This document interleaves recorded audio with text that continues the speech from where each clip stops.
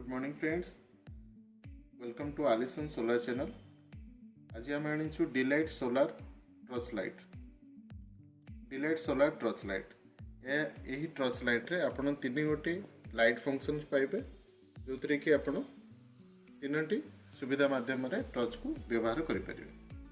या सहित आम दौचु 1.5 वाट सोलर पैनल 3 मीटर लंबार तार, जहाँ माध्यम 8 घंटा सोलार रे आपण चार्ज करके लाइट को रात व्यवहार करें। यही टॉर्च लाइट रे थिबा तीनोटी फंक्शन होची। प्रथमटी होची हाई बीम फोकस, जो आपण 1 किलोमीटर दूरता पर्यंत सोलार लाइट रो टॉर्च रो व्यवहार करें, लाइट रो फोकस। द्वितीयटी होची आपण नॉर्मल टॉर्च लाइट रो फोकस पाइबे, जो आपण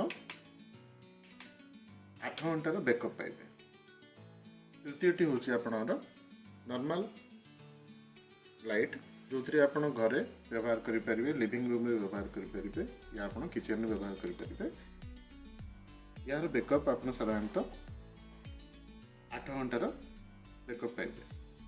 या आप तीनोटी फंक्शन देखिले, जमी प्रथम हाई बीम फोकस आप 3 घंटा बैकअप, द्वितीय नॉर्मल लाइट रे आप 8 घंटा बैकअप, तृतीय लाइट रे आप 3 घंटार बैकअप पाइबे। या आप सोलार पैनल माध्यम रे चार्ज करके बिना इलेक्ट्रिसिटी रे व्यवहार करें। ये आपण साधारणतः ये लाइट को मीटिंग समय रे या फार्मिंग समय रे या आपण घरे किचन रे या स्टडी टेबल रे आपण व्यवहार करें। या साधारणतः 1 वर्षर वारंटी सह आपण को प्रोवाइड कर दिया जाउछ। धन्यवाद।